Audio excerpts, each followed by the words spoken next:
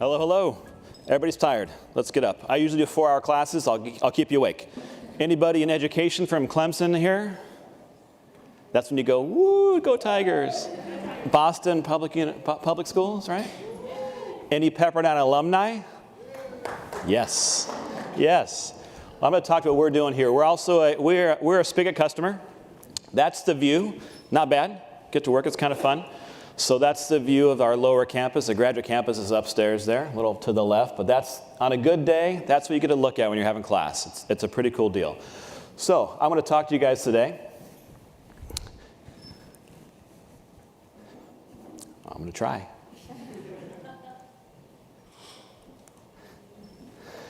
There we go. About our Spigit platform. Our platform, as was mentioned earlier there, is called Graz Idea. So that's our little name we like to come up with. So it's Graz Idea, our benefactor, with Idea being the school. Okay, so Graz Idea, how that works. Crowdsourcing powered by Spigit. We make sure you throw it in there because I know Scott Raskin wants to hear that word. So we put that in there and we're good. Powered by Spigit. Crowdsourcing. So how this works is I'm going to tell you a little story about how we became a Spigit customer. Last year, this is Spigit Ignite 2017, right in this building. That's speaker going on. And that was my first experience with Spigit. So I was sitting right there, taking notes, thinking, I don't know what the heck's going on, but I'm excited, and we're going to make this work. I tried to figure out, how am I going to make this happen? So that's me literally brain on fire going, this sounds great, but I have no idea how to make this work.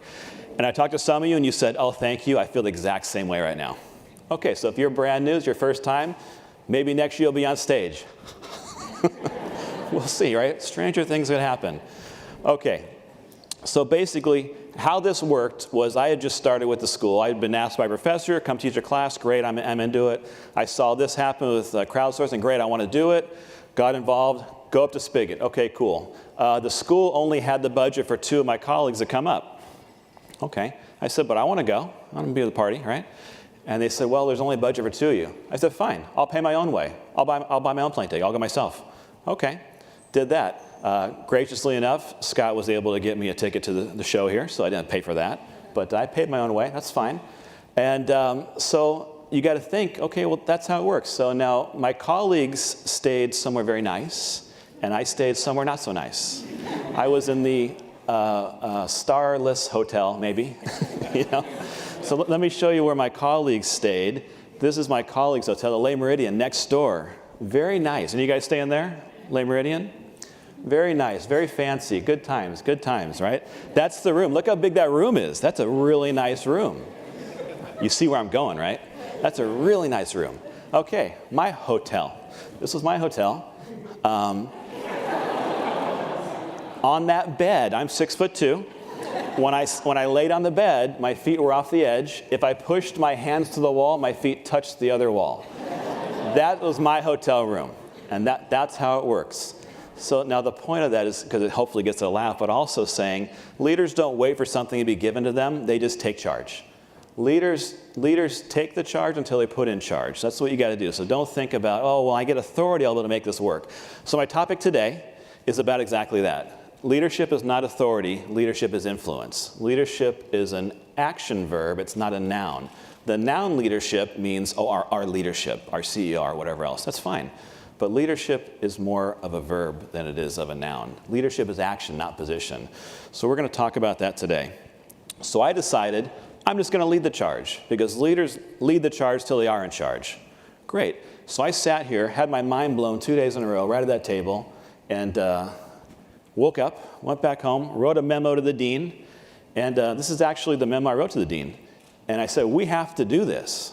I took a bunch of pictures, so I put them in the memo too, I like little graphics and stuff. And I basically said to our dean, this is something we need to do, and here's why. And here's all the great people I met at Spigit, all the great companies doing stuff, and we want to be great too, right? And so here's what we're going to do. So I wrote the memo that Friday. So when you guys digest all this and go home tomorrow, wake up on Friday then and write the memo, right? Okay, Lenovo, we need to make this happen. This is what's going to happen. If Pepperdine can do it, then we can do it. So that's what's going to happen. That's what I did that Friday. And I looked at the day, I went, wow, that was that Friday. I wrote, okay, Cinco de Mayo, I wrote the deal. So just, you take charge. I wasn't given formal authority. I wasn't told this is my thing. I just took charge because I thought it was something that needed to get done. Okay, so leaders lead the charge till they are in charge. So now I'm in charge, right? Charge of Grazidia. You guys want that memo? I'll send it to you if you want. Just tell me. I'll email it to you. But it basically says, Scott Raskin's great, and let's buy the software. Okay, so after doing all that, leading the charge, we had some challenges we've done. We're launching one next Tuesday. It's going to be an alumni town hall, some great stuff we're doing. So I just took charge, and now I'm in charge. Guess where I'm staying this year? Guess what hotel I'm at this year? That's right. That's right. So that's how it happens. Okay, let's move forward. So what I want to talk to you about today are three things. And the basic premise is leadership is influence, not authority. So the three things are ATMs, gorillas. You see, I had you earlier. Now some of you are making that gorilla face, like, this guy's a professor where? What's happening? And I've got Scott Raskin in the back being the top left gorilla. You better pull this off, Herrera. I promise it's going to work. I promise it's going to work. And also the 6 styles of leadership. We're going to talk about that. And it is going to come together in the end. So I think I hopefully have your attention. I think I'm even clearing the couches in the back. So they're going to come want to check this out. Hey, I heard some laughs. So go see what that guy's talking about out there. So we're going to talk about that, the 6 styles of leadership. Because when people think authority, they think leadership means that authority. If I don't have authority, I can't lead. Authority is one of the 6 types, not the only type. And actually, it's the least effective. So we're going to talk about that. Okay, number 1, ATMs. With an ATM, we all know how those work. You can't take withdrawals until you first make deposits. That's simple, right? You ever tried the other way? Doesn't work, right? That's how it goes? Okay. Or as Napoleon Hill would say, you give before you get. The same thing with ATMs is true with human beings. If you want to make a withdrawal, you better have made a deposit. So when I first started doing this last year, I said, I'm going to start making deposits to everybody. Everybody, make deposits, make deposits. And the cool thing with human relationships is when you make deposits with human beings, they actually pay interest. You can withdraw more than you put in. ATMs, you put in 20, you get out 20. With human beings, you do a couple deposits, they pay withdrawals for a long time. What if you try to make a withdrawal without making a deposit? That happens. So actually, when I first started this program last year, I got so darn excited that I did one of those leadership styles I'll tell you about. That didn't work very well because I was not in charge yet. And so I tried to start making some withdrawals without making the deposits first, and that was me, that face, right? So I'm going to tell you the lessons learned. So unlike the other speakers saying how great everything is, I'm going to tell you all the mistakes I made. I think that relates better because we can relate to making mistakes, right? So that's me. So that's the first thing, ATMs. You make deposits, then you can make withdrawals, not the reverse. So keep that one in mind. Now let's talk about some monkeys here. Okay, gorillas. You're going, how's he going to make this one go? How's this going to happen? Okay, gorillas. We know what that movie is. Gorillas in the Mist. I'll tell you how it was made, though. That movie almost did not get made. Because how it went was, when they were putting it together, Peter Gruber, head of Mandalay Entertainment, they were trying to get this together. They had the screenplay, it was great, they're ready to go, true story, and they're sitting there in the room. Famous film videographers, sonographers, everybody in there, directors ready to go. They could not figure out how to make this movie because the script called for the gorillas to follow directions, act. They had to get the gorillas to act. And they thought, how are we going to do this? We can't do this. And the backup plan, if they couldn't make that happen, the backup plan was, we'll put dwarfs in a gorilla suit, and that usually never works on a sound stage, and that's not going to work. So they're going around and they're stumped. They're in this emergency meeting. We're going to have to cancel the project. What do we do? And then there was an intern, young intern, sitting in the corner, and in the pause, she looks up and says, well, why don't you have the gorillas write the script? They look at her and laugh and say, how'd she even get in here? What? Why don't you let the gorillas write the script? Okay, back to the real important people talking. And she sat there. And a few hours later, they find her in the hallway, and one of the executives said, I'm sorry. No, let me ask you a question. What did you mean when you said, why don't we let the gorillas write the script? And she said, well, I'm not famous like all you guys. I'm just an intern here. But my thought was, what if you sent a real good cinematographer out into the jungle with a ton of film, filmed the gorillas for a couple of weeks, came back, and wrote the story around that?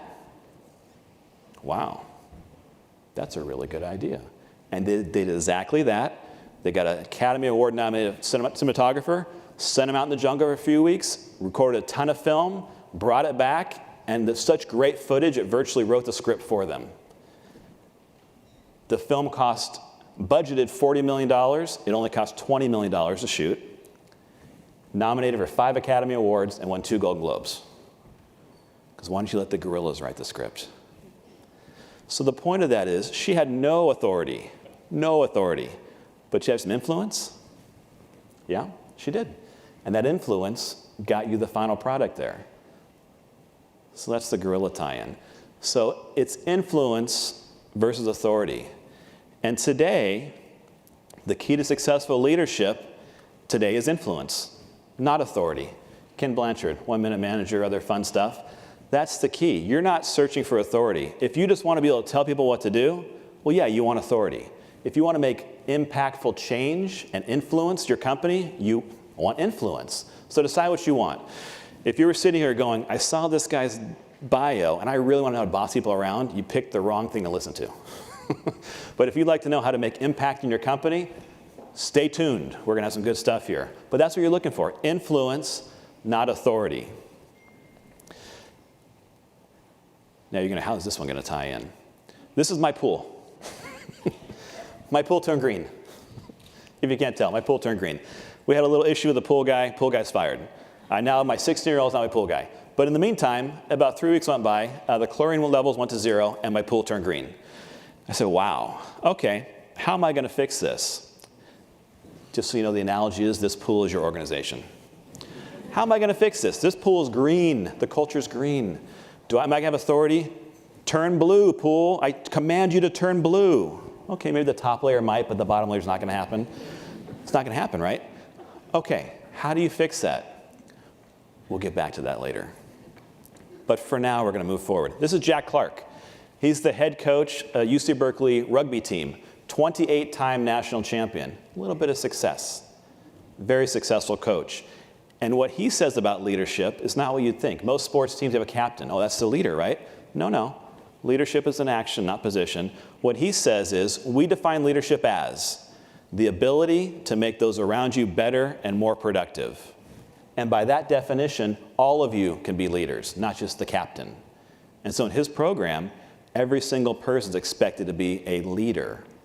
Because what leadership is simply making those around you better and more productive. Can we all do that? Everyone can do that if you choose to. So everyone can choose to be a leader. And that's what he says. And that's why his program is so successful year after year after year. He's also been the Olympic coach, gold medal there, very successful coach. Simon Sinek, familiar with his work, author of Start With Why, Leaders Eat Last. He has the third most watched TED Talk of all time, millions and millions of views. That book, Leaders Eat Last, I use in my course. That's a textbook for my course. And the students love it. And what he says is an authority has the title, but a leader has the people. So what do you want? Do you want the title or you want the people? Well, which one gets paid more? You can pick. But if you really want to make an impact, title is nothing. Title is nothing. You can be an authority, but they would not follow you. So an authority has a title, but a leader has the people. And I got a quick little video. It's about 45 seconds. It's actually from Simon's book launch at Barnes & Noble for this book, Leaders Eat Last, where he tells his opinion on what leadership really is. So I need to click for that one, or it just goes. There we go. It's about the environment. And leaders set the tone. And by the way, leadership has nothing to do with rank either. You can be at the head of the organization and not be a leader. And you can be at the bottom of the organization and absolutely be a leader. Leadership is a choice. And it is the choice to look after the person to the left of you and the person to the right of you. That's all it is. It's the commitment to put others before yourself. That's all it is. And when it matters, being willing to give up the perks you're afforded as a leader so that others may prevail. That's it. Leadership is a choice. It's not a rank. So don't confuse the words. What do you really want to achieve? I want to be a leader. Okay, go do it. But I'm not in charge yet. It doesn't matter. Leadership is not being in charge. Leadership is what you do. It's a verb. It's not a noun.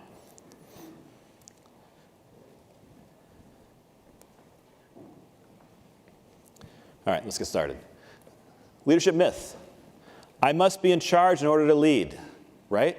Everyone thinks that. I teach this stuff, and I still thought it, right? If I'm not in charge, I can't lead. That is wrong. That's not how leadership works. What should it be? Leadership reality is real leaders find a way to lead the charge until they are in charge. There's actually this great book I just read, the same title as my talk. How to Lead When You're Not in Charge. Great book. The first third of it is completely applicable to everything you're doing. The next 2/3 is actually a pastor of a church. It kind of gets a little churchy in there. Read the first part. You might like the rest, but the first part, fabulous stuff. It was a youth pastor very frustrated that his stuff was not being put forward. And he said, well, when I'm finally the head pastor, then I'll be able to do stuff. Well, it's kind of the reverse. When you were doing stuff, now he became the head pastor. So you lead the charge until you are in charge. That was from his book. Great book. So the order is Grant Plaza Hotel, then you do some leadership stuff, then you get the lay meridian. That's the order of how things are supposed to work. That's what you want to do. Okay, so the meat of the stuff. The 6 leadership styles. Here's the important stuff we're going to talk about. There's you. There's a style. I get asked all the time, what's the best leadership style? Okay, for you golfers out there, what's the best golf club? It depends on the need, right? If you're on the green, I need a putter. If you're driving, I need a driver. So saying what's the best leadership style, it depends on what situation you're in. You need to use them all. So you don't pick, well, that's the one I'm going to use. No. You need a whole golf club full of different options there. So this is actually from Daniel Goleman, Harvard Business Review article from 2000. Famous article, actually listed as one of Harvard Business Review's top 10 must-reads on leadership. Great information. Read it over and over again. It probably takes about an hour to read. It's great stuff, though. So let's hop into that. I'm going to go through each one of them, one at a time. The first one, commanding. That's what you think leadership is, authority. Leadership's authority. Okay, well, how to lead when you're not in charge. If I'm not in charge, can I use a style that requires authority? No, probably not going to be working out well for you. If you're not in charge, they tell you, come do this. You're not in charge. Get out of here. Okay, that's not going to work. CEO says so. Yeah, fine. They can coerce you. And actually, even when you are in charge, that's the least effective leadership method style right there. You don't want to use that one. Even if you are a CEO, don't use that one. The next one, pace setting. Here's where my mistakes happen again. I got so excited last year at Ignite, I went back and tried to use this method. Now, pace setting is you go out there and you just run out and you say, everyone keep up, all this great stuff I'm going to do. Everybody keep up with me. If you're not the leader, no one's following you. You want a good example of that? You ever seen this movie? You ever seen Old School? You know what scene I'm probably going to talk about right now? Okay, who's in charge in that script? Was it Will Ferrell? No, he's not in charge, right? Luke Wilson's character? Yeah, maybe. Vince Vaughn's character? Probably. Yeah, who was in charge in that movie, right? Okay, so there's this scene where Will Ferrell's character, Frank, he starts doing some pace setting. Everybody follow me. We're going streaking, right? That's Will Ferrell's thing. And his wife pulls up and looks over. Says, what are you doing? We're streaking. And she looks in the rearview mirror and goes, there's nobody there. Who's streaking? Get in the car, Frank. Right? Okay, get in the car. So Frank was so excited, but not realizing he had no authority, he tried to get everybody to follow him, and nobody followed him. So he's streaking by himself. Funny movie. So that's not going to work either. So I found out the hard way. I wasn't streaking, but I was just trying to really get excited, and it didn't work well. So now I've learned. And it's funny, even though you know it, you still do the wrong stuff. So just learn from my mistake and don't do it too. Let's talk about what does work. What does work? Visionary. That's the come with me. So instead of saying follow me, that's getting together. Here's a vision I have. Let's do it together. Come with me. Let's go. Our dean is exactly like that. Derek Van Rensburg, great leader, and he's actually a visionary type leader. That's very effective and good on culture. Next one, affiliative. That's people come first. This is healing when there's stress, if there's layoffs, something else. This is people come first above tasks and processes. If any baseball fans, Joe Torre, great example of that, where people come first. The only issue with this one is you don't really talk about bad things, so misbehavior, things don't really get addressed. But it's great for building relationships, consensus. It's a great style there. So that can be in your golf club you're going to be using in leadership. Democratic, creating a consensus of what do you think, everyone's opinion, great, great, great, okay. Everyone likes that, let's go together. People will handle that. You can not be in charge and that still be effective. They're good on that. Last one, coaching. Kind of like my thing, I like that one. That's making others better. Not that I'm better than you, but I can help you become better. Like, why do NBA players allow a coach to tell them what to do? Michael Jordan was much better than Phil Jackson as a player, but Michael Jordan felt that Phil Jackson could help him become a better player than he currently was, so that he listened to them. So you don't have to be better than someone else, but if they think your coaching will make them better, they're cool. You can use that without formal authority. So those 4 can work very well without being in charge. So that's the 4 effective leadership styles. Little summary there on those. Visionary, enthusiasm, clear vision, set the tone. People want to follow that. Democratic, you build buy-in. People support what they help build. When we started this, I had a few other colleagues there, and they helped design the initial, our Grazidia, Spigit launch site, how it worked, the questions, and now they're bought in. They're now sponsors of other ones because they are bought into our start. Great. Affiliate, people come first. Helps during stress. Get everyone, what do you need, what do you need? So now when I go talk to people, it's not this is what we should do. I think, well, what do you need? Oh, well, here's how Grazia can benefit your personal agenda. Okay, people are bought in with that, great. And then coaching, help people improve long-term, develop their long-term strengths. People love that kind of stuff. So you can not be in charge, an authority, and still do these things very effectively. That's what you want to do. So it's the takeaways. ATMs, monkeys, and stuff, right? So the ATMs, make relationship deposits before making withdrawals. That's what you got to do. The key to successful leadership is influence, not authority. Okay, we can agree on that one. And the 4 most effective leadership styles do not require formal authority. So everyone in this room, CIO down, doesn't matter. You can be a leader. You can do the 4 methods I spoke of and have much success. You don't need to wait to be given authority. Just go do it. And next year you can be the Le Meridian, right? Make that work. Okay, they're going to start pulling me off the stage here pretty quick. I'm going to tell my pool. Let's fix this problem. There's my green pool. It's going to wrap this up. My green pool, how do you fix that? I could command it to turn blue, and the top layer might follow my directions. I'm a magician, so no, but think of your organization. A command from the top. Well, the first layer might, but then the bottom's not going to change. What is the change? You already know the answer. How do you guys get your pool to turn blue? What's different in the 2 pictures now? There's something there. There's something there in the next picture. There's that chlorine floater, right? Disseminating its methods throughout the organization. You all are chlorine floaters. You need to go through your pools and don't try to force them to follow you. Just disseminate stuff. Float around. And 3 weeks later, I've got a blue pool, right? So you want your organization to go from green to blue. You need to be the chlorine floaters.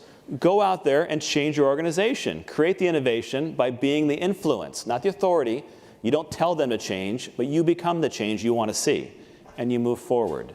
And that's how you get the organization to become innovative, follow, and not fight you on it. Be that chlorine floater. You like that? I like that one.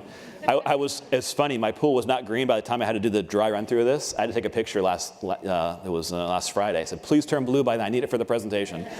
So it worked out, it was great, it's great, so it all worked out. So that's what I had to talk to you guys about today. The leadership styles that work, how you make an influence, and how you can have success, and next year come on stage and do better than me and not mess up, right? That's fun stuff. So with that, that's all I have for you. Is that good? You like class today? Okay, thank you.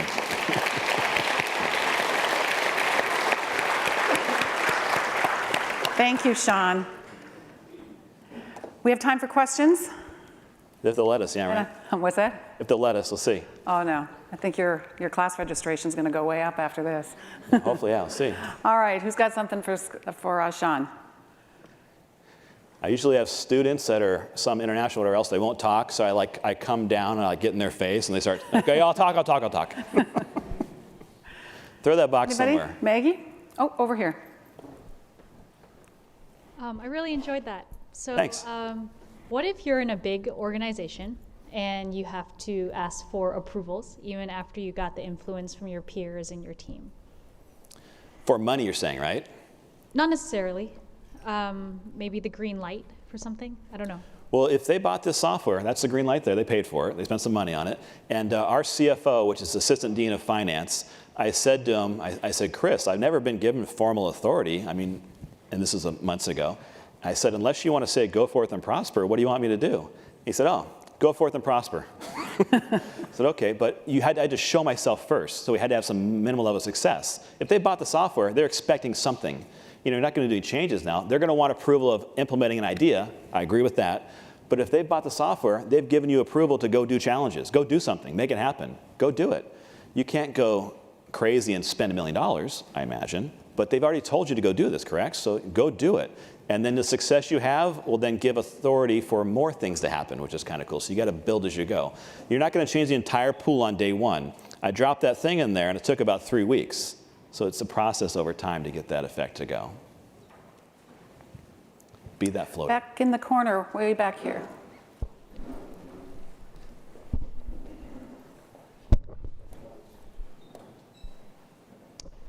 Edwin, and my question to you is, who are your audiences and what benefits have you seen so far from the challenges you've run? Our first audience was faculty, staff, and some students we put in there. So in terms of audience for everything we do, we have students, obviously. Our faculty and staff would be the employee base. We have alumni, which are former customers, if you would, and then we have the general population, businesses, public, whatever else. Our first challenge focused on faculty and staff, basically saying, how can we better onboard students? How can we do better at what we do? And we let it go. And we just had ideas pouring like crazy, like, wow, people had some pent-up demand. They wanted to talk, but nobody's talking yet. So we put it out there, started talking. Ideas kept coming in. And out of that, we had, I think it was like 7 ideas. We're like, yeah, that worked. The leadership team said, yeah, we want those ideas. And we put them all in. Great. Now we're on the next thing. The next one's going to launch next week. It's an alumni town hall. Want alumni's ideas. Great. Another we're going to do is with AI. Our dean wants to know, in a world of AI, what is a business school's role for you? We're basically going to say to students, what should we be teaching you? What do you want to learn? In a world of AI, where half the jobs are going to be gone in 30 years, what should we be teaching you? Tell us, and we'll adapt. That's pretty cool. Need Spigit for that. And that's our latest things we're doing. We're also going to have one with our Professor Emeritus, Mark Mallinger. He's going to be running a faculty improvement, basically, project. So it's going to be an always-on where they're all going to start sharing best practices. This is a great, I learned in class. I did this. Oh, let's share with each other. Because we have 5 campuses all over. Professors don't talk to each other. This is going to let them talk to each other remotely, whether you're in Orange County, San Jose, Malibu, West LA. We can share best practice and get better. So that's an exciting thing we're going to be doing with Spigit now. So there's lots of fun stuff where you start harnessing that innovation. Because I said when I got back to our dean, there's so many smart people here. Why are we not sharing ideas, right? Well, faculty, professors, let's start talking to each other. So this is what Spigit is allowing us to do at Pepperdine. Thank you. If any of you guys want these slides at all, Someone over here. Okay, here we go. I have no problem. Lena? Email me. I'll send you the slides. Hi, Sean. Hello. So you work with a lot of different companies in your job at Pepperdine, and I'm curious to hear what are some of the most common leadership styles that you see with the other companies that you work with and some of the leaders that you work with on a day-to-day basis. Would you like to know the most effective ones I see or the ineffective ones I see? The ones that hide behind command style leadership are the most ineffective, because people will do it because they are complying, but they do not want to follow that person, him or her. But they have to because their job depends on it. And that's not going to create a culture of innovation. It's not going to create you having success. It's going to create compliance. I don't want compliance. I want people who want to jump on board and help. And that's not going to work. So when I see that, I kind of go, well, they're probably not going to be our customers. So let's move on to the next company. But those, when there's visionary leaders, that's the sweet spot. That's great. Because what they're doing is saying, here's this vision of our future. Here's what it's going to take to get there. Let's go. Those have the most success when I see companies or organizations. So if you can find an organization or your leader becomes that, or you are the leader, you become that. Those visionary leaders have the most success. Not the only thing they do, but that's when their main tag is the visionary type, building an image and getting everybody to go along. That's just fabulous. So that's not the best club, but it's a very common one, which you need to have. Okay, one last question. Or a joke, whatever. Over here. Oh, Hi. sorry. Go ahead. Hi. You're good. We've talked a lot the past couple days regarding the frozen middle and some of the issues we see sometimes getting ideas from the bottom up to the top, even though we have visionary leaders. I was curious if you could speak at all to enabling, if we are in some of these areas where we have the visionary leaders, how can we help, I guess, push someone, or maybe that frozen middle, help to melt the ice a little bit and adapt and teach some of these leadership styles outside of just formal curriculum. Right, because In the- now you, sorry. Sorry, just in the workplace that they're already engaging in. Yeah, and hopefully some of the stuff I went over, it can help you with that. And again, I'll send you the slides if you want to email me there. But what you want to do is be that example. If you are currently in the middle, you are that chlorine floater making an impact, or others start following you. So you don't try to say, everyone do what I want. It's not going to happen. But they go, wow, look what he's doing. I could do that. And you start creating a momentum, and you're unfreezing the middle by leading by example. Because you can be a leader. The ability to make those around you better and more productive. I can do that. Leadership is not authority. Leadership is action. I can do that. This stuff you can do, you're thawing it out by you. You're taking the lead. Because unless you're going to bring your entire organization here next year, which Scott would like, and bring them all here and have 1,000 people at Ignite, they're not going to be as excited as you. But you can take this back home, and you can lead by example and make them excited. Be contagious, right? That chlorine floater doesn't just chlorinate here, it kind of goes around. Now the next thing, right? That's what you got to do. If you start doing that, you're like the evangelist. Eventually it'll start to unfreeze, and it kind of snowballs and just goes. That's what I've spent in the last year myself, is trying to unfreeze that middle, and it's been taking a lot of personal relationships and what's in it for them. Hey, I know you're doing this. This would really help out with that. Oh, that would help me? Yeah. And now that I want to do it. So instead of this big picture, can do this for me, what can I do for you? People love that, right? And that's what I would suggest. And it takes a while. It's not instant, but over time it'll work. And you have a blue pool. Unfortunately, I have to cut it off. I know we had another question back here, Sean, so perhaps during the break you can indulge that question. I'll be around. I do birthday parties. No, I'm just Thank you. Another round of applause for Sean. It was really much.